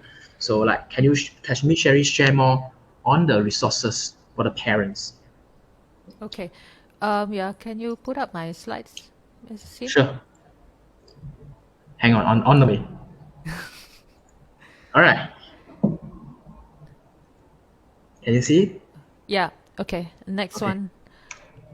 Yeah, I would like to add on we were talking a lot about online grooming through games, online games just now, but I would just like to point out with the rise of TikToks, yeah, we are seeing quite a very worrying trend. Now, we are yet to see these reports in Malaysia, but basically this kind of thing usually will catch up fast within a year or two. Now, during the MCO, I'm seeing a lot of TikToks being uploaded to social media of children. Yeah, basically children dancing to challenges. This is what they call. So this most of the time there are no adults present. Usually they are dancing with their friends and all that. Now we might see that as cute. We might see that as, oh, this is so cute. They are dancing with their friends and all that. But again, this is the fodder that predators will exactly target. Now this one is from a report from the Sun UK. So these are the kind of images of these are kind of comments that these kids are getting from adults that ended up being predator. I didn't include it there, but usually most of the time it goes on comments, and then they are trying to contact the children directly. Some of the children reported it back to their parents, so that's a good start there. But what happens to the children who didn't tell their parents? So this is the kind of thing that we are trying to avoid here. Okay, so next slide, please. Sim. These are the examples of grooming through online gaming. We're talking about Fortnite, Minecraft, and the bottom one, the bottom right case, the picture of the lady, her son was killed by an online predator that met her son in online game. I forgot what game was it, but this happened in 2017 or 2014, if I'm not mistaken. Yeah, so these are the kind of things that I would like to avoid. When they meet online, then it turns into a real life meet up. That is when things take a very, very ugly turn. I would like to go further a bit from the child pornography, child abuse content, but this actually ended up in a murder. So yeah. Okay, next slide. Okay, in terms of what we are doing, okay, from 2018 until 2021, February, we received 120 complaints related to child pornography content online. Now, as I was telling earlier, so MCMC works directly with law enforcement agency. So, okay, next one, Sim. So this is what we do. We block websites that contain the unlawful content in Malaysia, including child pornography. And we have collaboration with social media providers, Facebook, Google, Twitter, and all that, to remove unlawful content. And I would like to highlight also, these main social medias that we use all the time usually has a very powerful reporting system. So whenever that we see a content that is geared, it might be not blatantly child abuse content, but we can see sometimes you can see it was kind of geared into that. Do your part and report. If it's really like Facebook, they are really, really concerned about child pornography. Yeah. Whenever you see an images that you think that can be child abuse or some form of child pornography as well, go and report it on your Facebook. It's very easy. You just tekan that little button on the images. They say report this. Yeah, you can do that. Most of the time, because we are, as you know, that our act, Communication and Multimedia Act, is more geared to content itself. So what we do is we assist PDRM, especially D11. We also work with Interpol when it comes to international content, and also with Kementerian Wanita. Okay, so far what we did was we have We solved all 123 complaints. Now we call it complaints, yeah. Okay. So and then we have blocked 3,049 pornographic websites, and this is adult content and all that, and also 405 websites related to pedophilia and child pornography websites also has been blocked by us. So yeah, I think most of this is reflected in Datin's earlier statistics about the 400 child abuse websites just now. Yeah. Okay, next. Okay. This is our program that we call Klik Dengan Bijak. Basically, it's an internet safety campaign. Now, that has been going on for quite some time just now. Where we emphasize the three main aspects: safety, vigilance, and responsibility, with emphasis on self-regulation from all negative element in cyberspace. Now, this Klik Dengan Bijak, it's a very versatile education program. We tailor it. It can be for children. It can be for adults. Even senior citizens, where we go to schools, we talk about internet awareness, we go to government departments, we go to companies, we talk in events, and mainly to educate Malaysians on how to be more safe and aware while navigating cyberspace. Now, this may come to be a little bit broad than what we are talking today, but for me, like what we are saying from now, just earlier, we all need to educate parents. The children, they already know. They think they know lah, but they already know what needs to be done in cyberspace. Now, some people will say, older parents, they don't know lah internet. No, there are people who are like me, my age, are still clueless about the internet and the way it works, and there are bad people out there. Okay, so yeah, so this is what our aim for Klik Dengan Bijak and KDB. So yeah, we also partner up with events such as this to educate people. Okay, next. Okay, so yeah, I'm not gonna tell you about all the grooming, so I would like to end on from whatever that Del and Datin has been saying. Apart from taking because number one, like Dati was saying, it's about loneliness. Children are lonely. That's why they are talking to strangers. They are talking to new friends who are actually interested in their life, who ask them how they've been doing, how's school, tell me what you're doing today. Now, I'm a young parent myself, so yeah, although my child is still a toddler, but I can see why this is a very why children can become very easy target. Now, when it comes to blackmail, sextortion, we MCMC also has been dealing with a lot of, adult sextortion.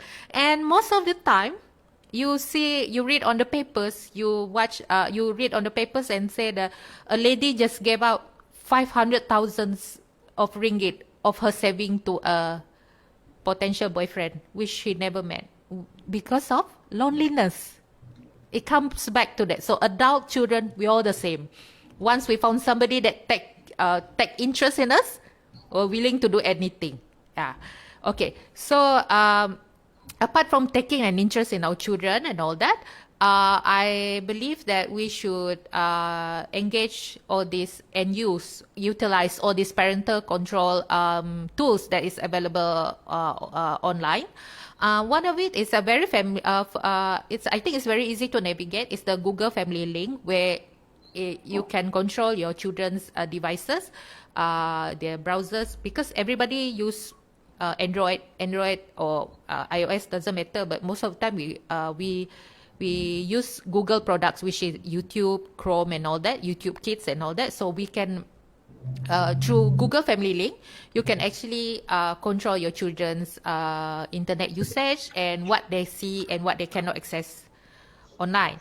Okay, apart from that, if you want to go one step further, you can also buy all these softwares, parental control software like Kaspersky, KidLogger, and QStudio.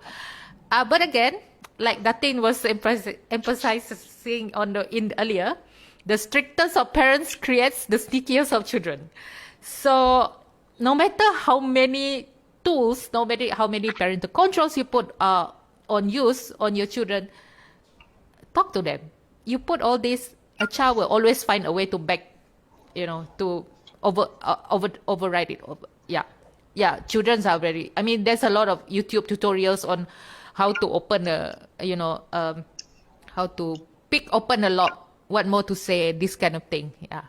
And another thing, while we don't encourage usage of social media, as most of the social media is requires the users to be at least 13 years old, 13 years above. But obviously, it's not very hard to click, are you above 13 years old, right? Anybody can do that, okay? I would encourage parents to maybe don't stop them from using social media. Join them. Maybe monitor them or open their account, open account for them, and be in the know of what they are posting, who added them, and make sure that it's private. Now, I also am aware that children can create another account and all that, but again, when it comes to trust, this is why this is a long game. You gotta build that trust with your child. Okay, mommy trusts you to have your own TikTok. Mommy trusts you to have your Instagram. So, you have to tell me what is going on and all that. Okay, same as online gaming. If you see PUBG is 13 years and above, Mobile Legends 12 years and above, and Minecraft is 7 years. Minecraft is a bit that one lah. This is when we see a lot of predators trying to go in, and on. We actually has one report coming from the police asking for assistance. I think the child is 13 years old, and he has been sending images of himself to another adult that he met playing Mobile Legends. This is local, yeah. So again, I have friends who play the games with their children and make it into a family activity. Hey, what are you playing? Can daddy join you? Maybe we play together. Maybe we can be in the team together. This kind of thing. So it's a big challenge. I know, like what we say, there are parents who are busy trying to provide for the family, and then but yeah, it's a struggle. I understand, but maybe once in a while, take interest in our children. What are you playing? What game is it? Can daddy play with you? Can mommy play with you? Or what is this TikTok that you have? Can mommy see? Can mommy know who added you and all that? Yeah, take an interest in them. When it comes to, like I said, like what Natin said, stricter parents, sneakier children. So we would like to avoid that. I think trust between the parents and their child is very important. Okay, next one. Oh yeah, this one. Okay, now a lot of people has been coming to us and say, hey, why don't you people just block the content when it's uploaded? So I would like to bring you to this. This is from YouTube. Every minute there are 500 plus hours of content uploaded, and it will be difficult to comb through every single second of those content. Now, this is what main part of our Klik Dengan Bijak is, because we are trying to educate Malaysians on to be self-regulating, meaning to say, if you see something, report it. You don't have to wait for anyone, because your report will be reviewed anyway. So if you think it's wrong, just report it. YouTube, Facebook, Google, Twitter, TikToks and social medias, most of them have very strong reporting system. So report whatever that you see is not right. And when people ask me that, hey, you people NCMC, you just block lah. No, it's not like that. Okay, let me give you this scenario. If you're going out of your house, are you going out of your house and you don't lock your gate? You don't lock your door? You do, right? I will ask you the same question. Why you lock your gate? Got police bah? You don't confident the police will take care of you?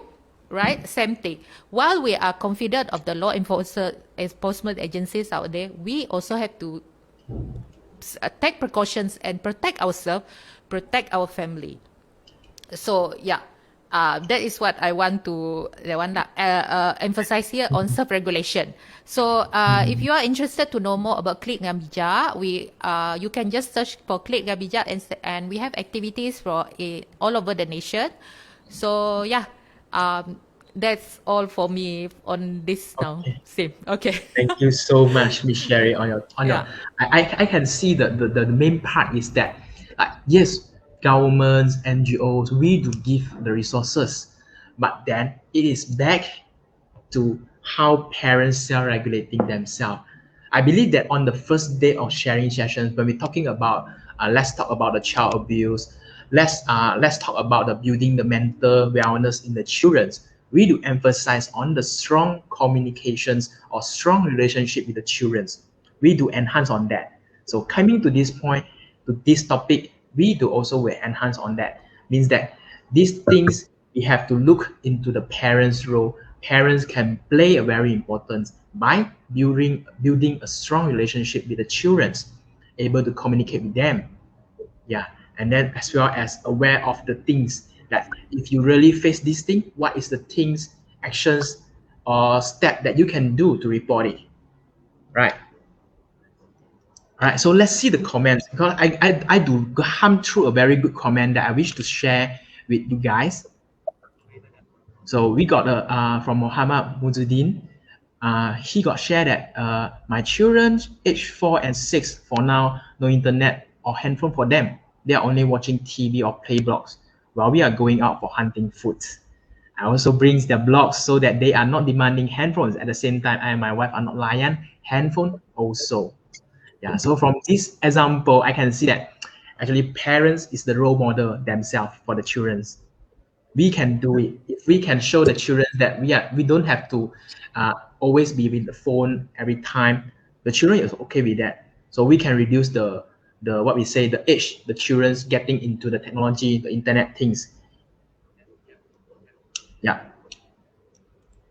so there's a very great example. So I'm just wondering, like, do any audience at the moment, can you share with our panel speaker, or share with me, or share with other parent as well at the moment, like what is the effort or things that you have been doing to protect your child online, or reduce, or be like being there with them, able for them, like share with us your experience on that. We would love to hear about that. So let me remove the slide first. Yeah, so earlier on we talked about, like, if we are facing the child abuse or grooming things, what is the things that we can report it? So just now, Dao got shared about the Lapo predators, Datin got shared about the IWF, and then Miss Sherry also got shared about the things that we can do. So let's move on to the next part, which that we are going to have a discussions with the audience. All right, so we don't want to like just us talking. We would like to see any audience have any questions, so that you can discuss with us, or any panel speaker that any questions appear when you are hearing other panel speakers sharing. You can also question it out, so we can have a discussion on that. Wow, there's a lot of resources that Datin share.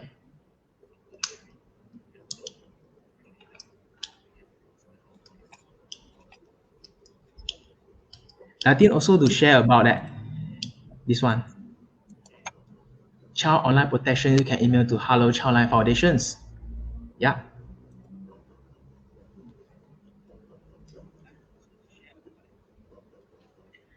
Okay. So is there any questions from the floor, or any questions from the panel speaker? If no, I got one questions to questions. Okay, so let me ask my questions. Just now we talk about the digital literacy.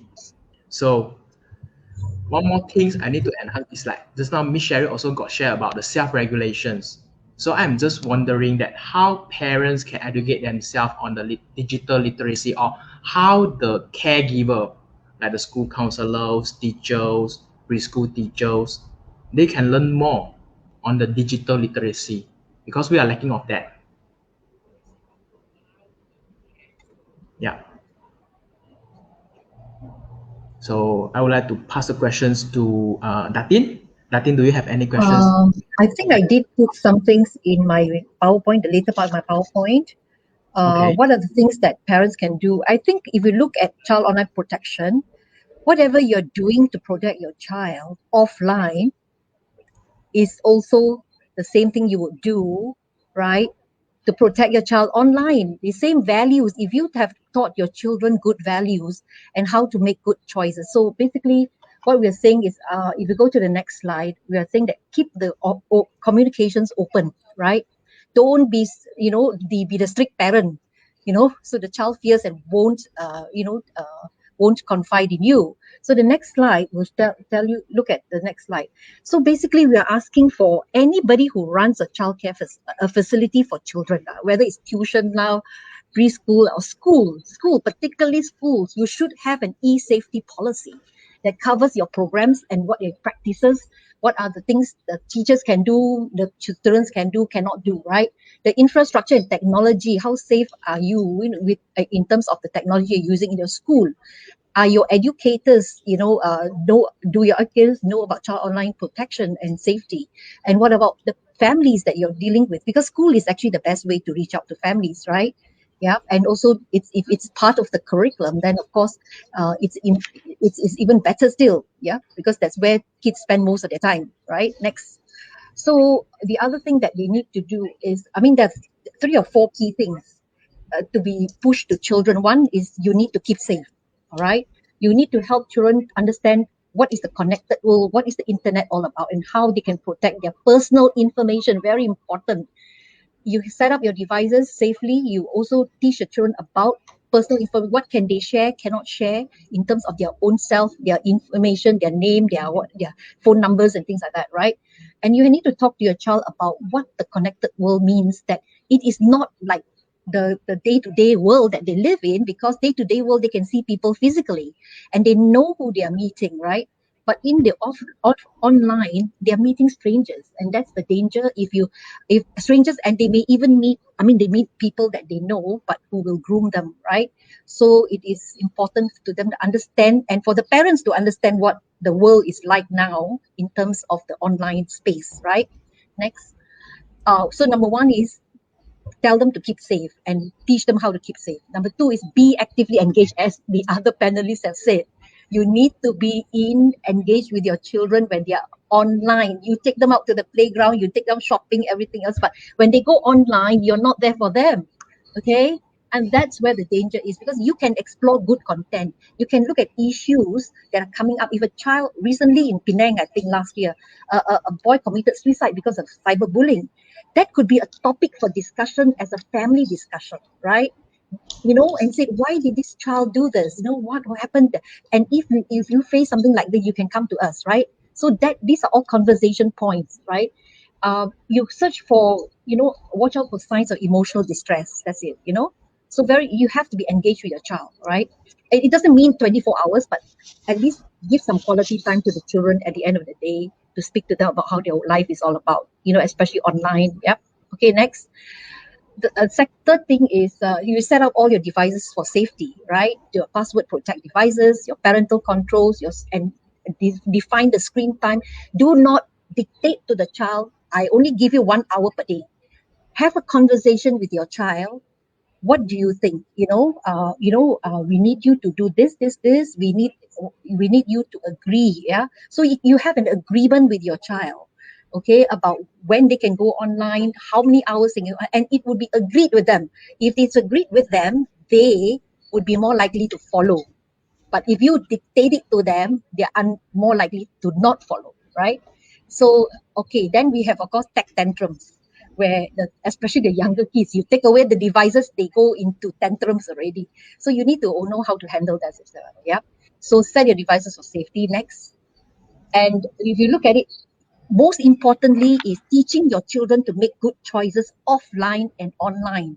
So the values that you teach your children about, being good, yeah, being a good citizen, being, understanding, and being friends and all that, that also goes online. Okay, so you need to build those values offline before you can, so you can explore things together, you can supervise them, and then later on you can let them be independent, right, when they're older, right? Next. The other, fifth thing is important is let's be kind. Whether it's offline or online, you need to be kind, okay? Because when you're kind, you don't bully. Yeah, so very important for children to understand that they need to have positive online behavior. And if people are behaving badly against them, they need to tell somebody, right? And that somebody has to be you, preferably. It's very hard if you're not going to be having that open communication because we are very authoritarian in our way with our children. So we need to come down a little bit more from there and then be so that they will come to you when they're in trouble. All right. And you have to model good habits. So if you don't want your kids to be 24 hours on the handphone or on the internet, you too don't do that. Okay. All right. Next. And then fifth thing is ask for help. Tell them where they can go for help. That's not wrong to ask for help if they are distressed by anything. Give them the contact numbers of helplines, give them, if you can't talk to me, can talk to so and so. It could be another family member, right? Teach others to ask for help and form a supportive psychosocial mental health network. Yeah, among your, in your space itself. Yeah, you have friends, you have relatives who can form that network as well. Okay, next. And basically, what we are seeing now is I see MCMC is really doing quite a lot to protect us online. We see My Predator and that Lapo Predator is new, but really I'm excited because it's youth led. And then we have lines like Be My Protector, and there's Buddy Bear, there's everybody. However, we are working in silos. There needs to be a place where we all, because MCMC is dealing with the authorities, but we need to be able to see how the work that NGOs are doing, to reach out to the public can have the technology background to take down images and to support, because we don't have the technology to when something happens, right? So we need to see that number one is to educating parents, which is something that Childline is doing now, hopefully with Cybersecurity Malaysia. We have a program called Our Lives Online and a PJ Child Council. There is a child council in PJ, 32 children who are now working on a module called Stop Child Abuse and Raise Superheroes online. Okay, so children can be empowered. So that's one thing we're doing. And of course, the reporting is extremely important. I think people need to know what happens after they report to Cyber 999. Also, what happens when they report to IWF Malaysian portal and also to Lapo Predator and things like that. So I think we need to be able to work together. As we say, together we can make it happen for a safe environment for our children. So that's it basically. And next one I think is the last slide. These are the resources, that we related to child online protection in Malaysia, and there's some good resources in the UK's cyber safety, the Safer Internet Center as well. So you can have a look at that, and we have given you the links to also the parenting modules, and that there's a new parenting module coming out from UNICEF Malaysia as well. Okay, and LPPKN, right? And the last one is the can you just play? I just want to end up with this one, which was actually something that, which was the report for people to be. We call it bijak online. You have to be bijak online. Yeah. Okay. So that's the last one. Yeah. So, right. So whether you're a parent or a child, you need to be bijak online. Okay. And we had a competition where children themselves did some videos, and hopefully we can use those videos later on to create awareness. Yeah. Right, so let me play the videos. Yeah, thank you. We live in a big world full of information, entertainment, and communication. I would love to share my world with you, but how much is too much? Did you know that 9 out of 10 children in Malaysia aged 5 to 17 use the internet? And that 92% of Malaysian students aged 13 to 17 have social media accounts? The internet is huge! But still, being a kid online has its dangers. Don't worry, let's work together to make the internet safe for all. Wondering how? Support! resilience, responses. safety. Together, we can make our lives online a much safer place. Want to become part of the conversation?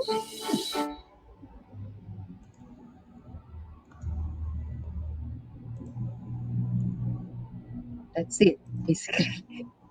Be part of the conversation, whether you're a parent Totally or a child agree. or servant. Yeah. I mean, thank you Yeah. for body counseling. Yeah, I think it's fantastic to have this kind of sessions.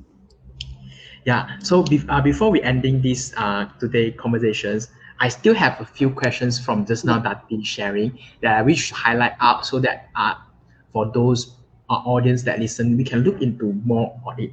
The first thing is about the e-safety policy. Just now that thing got mentioned. Let me share the slide again. Yeah. So can I ask Latin to explain more on the uh, It's yeah, it's just like having a child protection policy. Actually, we must make it compulsory for all organizations to have a child protection policy. The e-safety policy looks at everything that's how the child is dealing with online and what everybody plays a role. If it's a school, that means from the top down, from the principal to down to the guard, and down to the parents and they should have agree to a policy to keep their children safe online at the school, right? And actually, unfortunately, we don't have an e-commissioner in Malaysia, right? Australia has, and Australia is a quite good model to actually look at, and so is UK. So basically, there are several different types of e-policies that we could adapt for Malaysia. I don't think we have one at the moment, although I think the National Child Online Protection Policy, we would need to include it there, yeah, so that, and then we can then discuss with all the stakeholders on what is the e-safety policy for Malaysia. Okay, right? Yeah, that's the questions that I was thinking like, wow, can we know more in that details like what is a component in the e-safety so that later on the audience maybe some are educators, some are the caregiver provider, so they can look into this. Yeah, but unfortunately, just now that didn't share already, we still It will don't be have another webinar. That will be another webinar by itself. I see. All right, it's okay. But that's great that at least nothing got highlight that others country like UK, Australia, they do have that. Maybe Yes. we can put our effort in it, referring to that. Try to look into their commercials, what they are do, what is the content, what are the things that they highlight, and we can refer to that. Yeah. So my second question is about the tech tantrum. I believe that that's the very common thing when coming to handling the tech tantrum. So maybe I would like to ask Dell and Miss Sherry like any ideas or any experience or any example that you can give that we can better handling this tech tantrum. Because I believe that these are very common situations when coming to parents with the children, we talk about this thing. Yeah, so we like to hear from you guys. So I let Dell to answering first. Oh, okay. I was gonna ask, allow me share to do it, but because I'm laughing because it's like I understand that because my little brother has this. When we take away his iPad, for instance, and then he gets really really angry, and then it's like the way I try to go about it is that I try to console him first, and then I just try to somehow explain it to him. He's like, little brother, this is why we're doing this, and but sometimes it does get a little out of hand sometimes, but I noticed that now he's starting to understand, okay, this is why. Because at the same time, we're telling him the consequences and why we need to take it away, why we think it's your screen time is too much. And then at the same time, we're telling him like, okay, there are certain things that may cause his privileges of playing to be taken away. So it's as long as we tell them and inform them instead of just doing it, then they somehow eventually they do understand and the tantrums do go down a bit more. So yeah, maybe Miss Sherry can share about her as well. The only tantrum that I've been dealing is from a 22 months old is because I didn't give her snacks on time. But maybe it's more or less of the same thing. Okay, like what Del is saying with her little brother, it's important to, when it comes to tantrum, just let them go, let it all out first and then have a very calm conversation about it. I know, very hard. say do as I say, but do as I say, don't do as I do. What was it that thing? Yeah. Okay, so let them have it first, let out all the anger, the frustration and all that, and then have a calm conversation. This is why we're doing this. This is why we're taking this away from you. This is a privilege. Your games, your devices is a privilege. And then because you're not doing what mommy say. Oh no, you're not not honoring our little agreement. Remember, like we were talking about agreement, but Datin Yes. say in the earlier. But okay, this is why we're taking away from you. Now you must understand this. Okay, so I believe tantrums are tantrums. When it's snacks or it's an iPad, it's the same. So have a calm conversation with your child about it, and then again, boundaries has to be set very early on. Once we give them their device, this is a given thing. You know what? I'm going to give this to you, not freely. We have to have an agreement when you Yes, can use correct. it, how many hours you can use it, what situation you can use it, and Right. and maybe once in a while and if you're good, mommy gonna give you an extra hour perhaps, but make sure everything you draw it up in an agreement, preferably printed. Children Also, the there are lo- penalties. Yes, and the penalties. Children are little lawyers in training, I tell you. They will dispute whatever you are trying to say. So have it, maybe put it up in a corner somewhere on the fridge and you see, you agreed to this, you agreed to this, mommy signed this, you signed this, daddy signed this. Okay, maybe, I know, tantrums are, So that's from me. It's part of But- growing up. Yes, I totally agree with what Miss Sherry is saying. But I think do you have anything to add on this? No, basically, I think at the end of the day, we need to do more sessions where children themselves are talking about their lives online. So, which we hope that to do so in the future.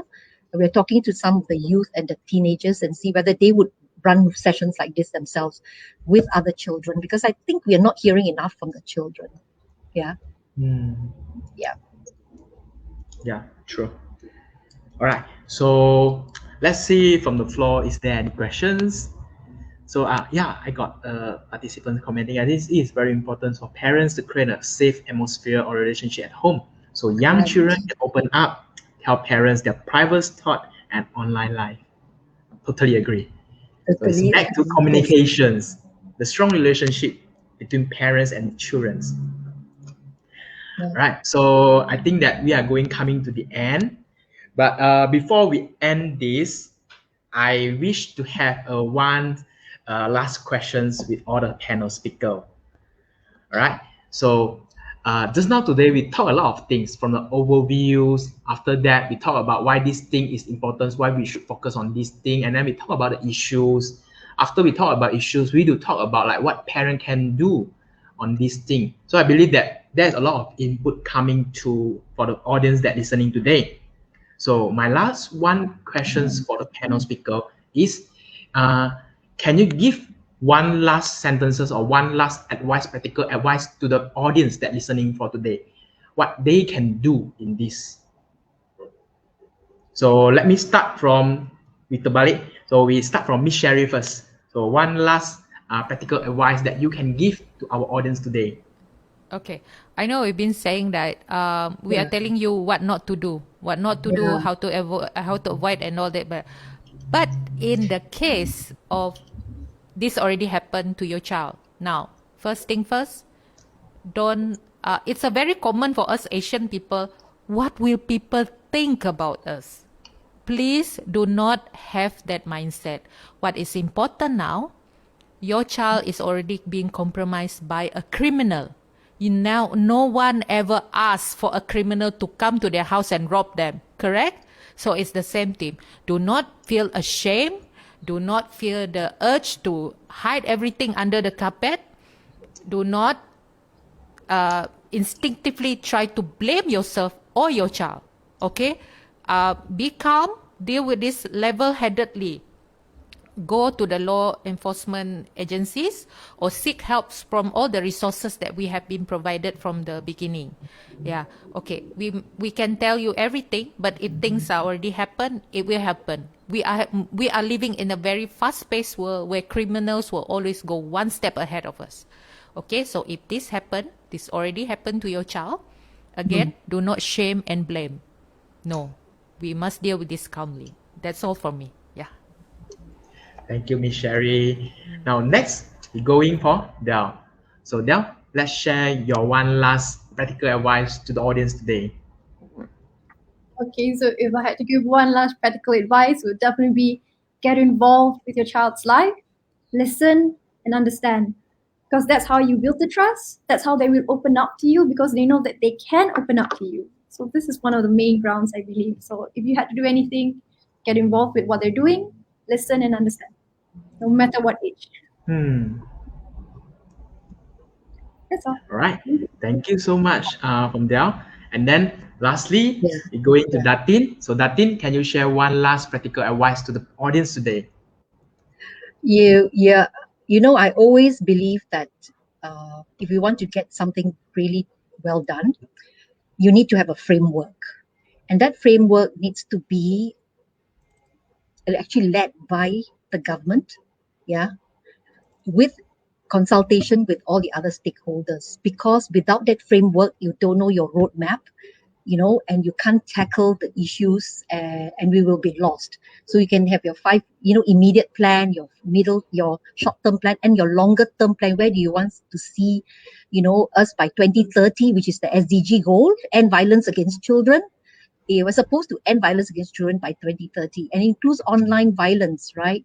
So how do we get there, right? So I would say that my take would be to the policymakers, that we really need you to be, able to have that framework in place. I'm talking about perhaps the key players like MCMC and Ministry of Women, Family and Community Development, MOE, Ministry of Education, Ministry of Health. So important, yeah. And then, but at the same time, we must do grassroots, which is to have the support system for the community at their level, yeah. And lastly was for the children, we need to engage them more in terms of when we are doing the planning, right? That's basically it. Thank you so much, Datin. So here is a full stop for our today live sharing session. But before we going off, I'm going to share a feedback form for you guys, as well as an e-certificate for participants to scan it. So let me share it out first. So thanks again for joining us today on our morning slot on Keep Your Children Safe Online. So we are happy for those audience that starting from the beginning, sticking to us till now. We know that it's not easy to continue going on for 2 hours, but we are really happy to see you at the end here. So before we finish, so here is the certificates that you can scan, and then we will send it afterwards. And then one last thing before I end today's sharing. So I'm going to promote about our upcoming programs.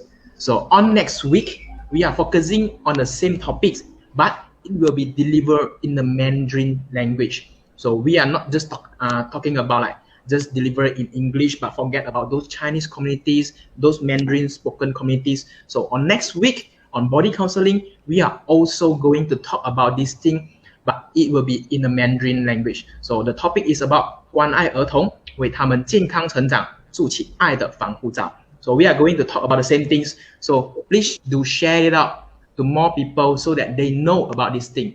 We really hope that more people will joining in, learn about these things, this knowledge, get the awareness, and let the change begin from ourselves today. So thanks again for joining us today. So wish you guys have a great day ahead. Thank you all.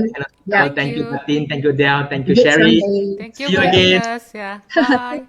Bye. See you again. Sherry, we must meet. Yeah. We all have to Sure, meet. Datin. Yeah, we all have to meet. Yeah. Okay. Yeah.